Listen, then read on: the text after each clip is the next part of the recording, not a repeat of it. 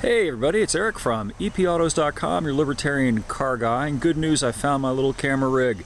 Anyway, I can now do a walk around of the 2020 Kia Soul, which looks very much like the previous Soul until you start to get up close to it and look at it. Overall, it's still about the same size and it still has the familiar styling cues that have worked very well for Kia.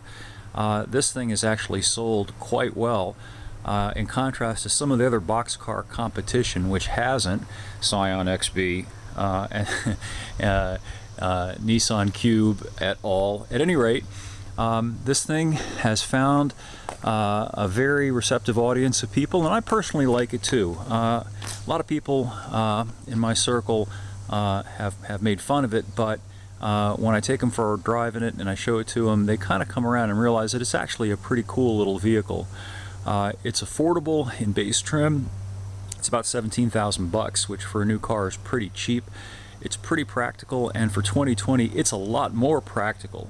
They have upped the total cargo capacity to nearly 60 cubic feet with the second row folded, and that's for a vehicle that has fundamentally the same footprint as last year. It's only about, I think, 2 inches longer overall, so a negligible difference, but about a 20 cubic feet overall increase in cargo capacity. But the really big news, as Ed Sullivan used to say, is that it's got some guts now in standard trim.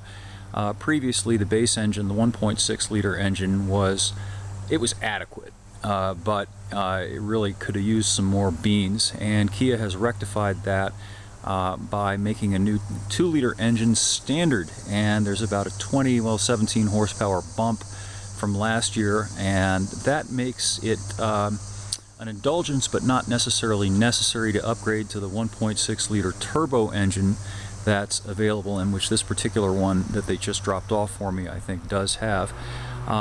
Some other stuff that's new. Let's have a look inside. They've updated the interior as well. It's got a nice big touchscreen. Tech people will like that. It's probably about twice the size of the original, but again, it's also familiar overall, including one of the things that really sells this car, that the younger crowd that shops for these little cars really digs, is the syncopation of the audio system with the LED mood lighting. I think there are 5 total programmable moods or beats that you can select, so that the thing will light up like a disco from the 70s, and it'll kind of jam along with whatever you're listening to, and that's pretty cool. Something else too, it's actually got about 1 inch more ground clearance than the original, so it treads ever more closely to kind of being a small crossover actually. Doesn't offer all-wheel drive yet, but I personally consider that a good thing because it keeps the price pretty manageable.